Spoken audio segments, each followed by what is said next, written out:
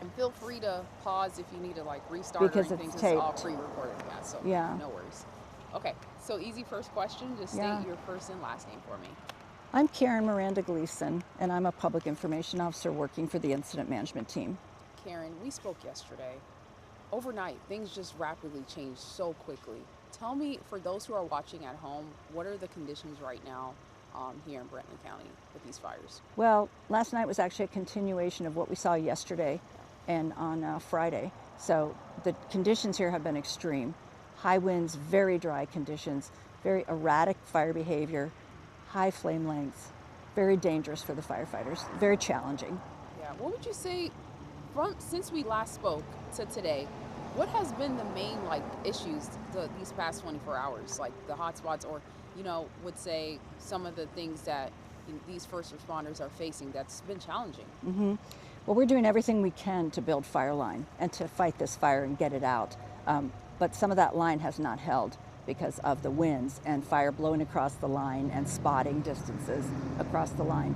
So we have gotten more staffing in, so we're able to reinforce more line. We're able to chase down those spot fires and get them out.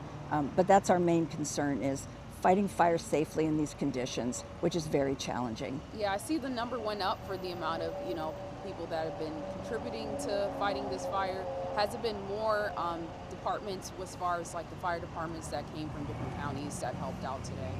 I have honestly lost track of how many fire departments have showed up from counties and cities in Georgia. The response has been the response from local fire departments has been amazing, and they've been doing the job from the beginning of protecting homes, so they really deserve a lot of credit. Yeah. What the national team has been able to do is bring in additional federal resources. So we have 8 helicopters today. We have 5 air tankers.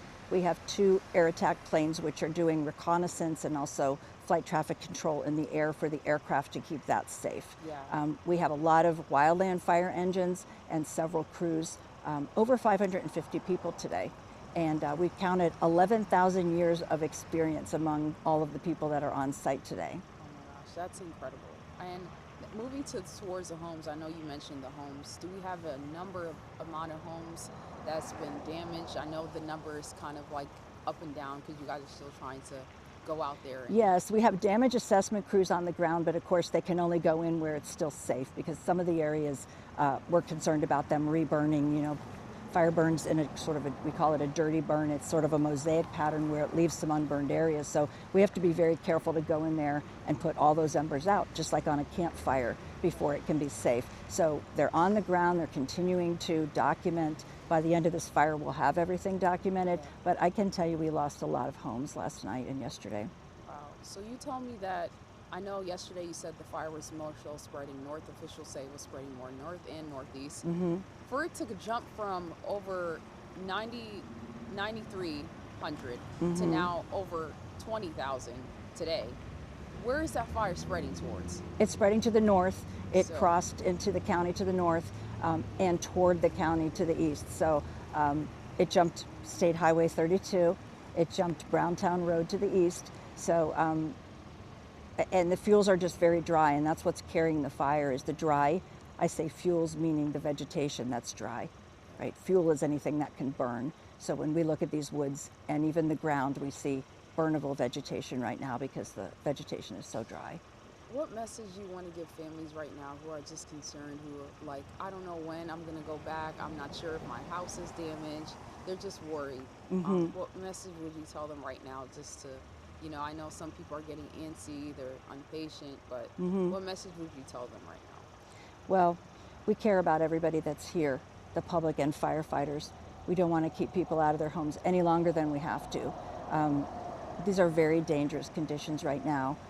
We're doing everything we can to get this fire out, and the priority really is life safety and then protection of homes, and then doing as much as we can to get the line built as fast as possible safely. We really appreciate all of the support that's come from the local community, including people who are affected. If prayers could get this fire out or get us enough rain, then we're going to get it. So we're just going to keep working every day. Safety is what we're thinking of, and you've got a lot of very dedicated and talented people here that are doing everything they can. Got it. Thank you, Karen. Is there anything else that you'd like to add or share that I didn't touch on? Can I look at my notes for a Of course, second? you can. We had a unusually long briefing this morning. The incident commanders felt it was important to really emphasize that safety message. We had a national incident meteorologist here today, fire behavior analyst. We had the Brantley County Sheriff's chaplain saying a prayer at the end of the briefing. So we want everybody to get home to their families, but we also, of course, want people to get back to homes who have them. It's really a tragic situation, but we're all glad that we're here. We want to leave things better than they were when we came, and there's been just a lot of prayers going up to whatever power can help us do that. Got it. Thank you. Awesome. And one final question for you. So me and Donovan are going to head out, but we want to see visually where it's safe, where we can also get more new, fresh video. I know some of the roads are like blocked off. And I feel ya, yeah. But we're just trying to figure out the best spot we could go to, just to get video, not to go live or anything, but just to get video and then come back. I don't know what's going on at the store. Have you been down there today yet? Yeah. That's where I went live. You're going to be seeing. So right now our briefing ended, and people are. What we'll hear. This is where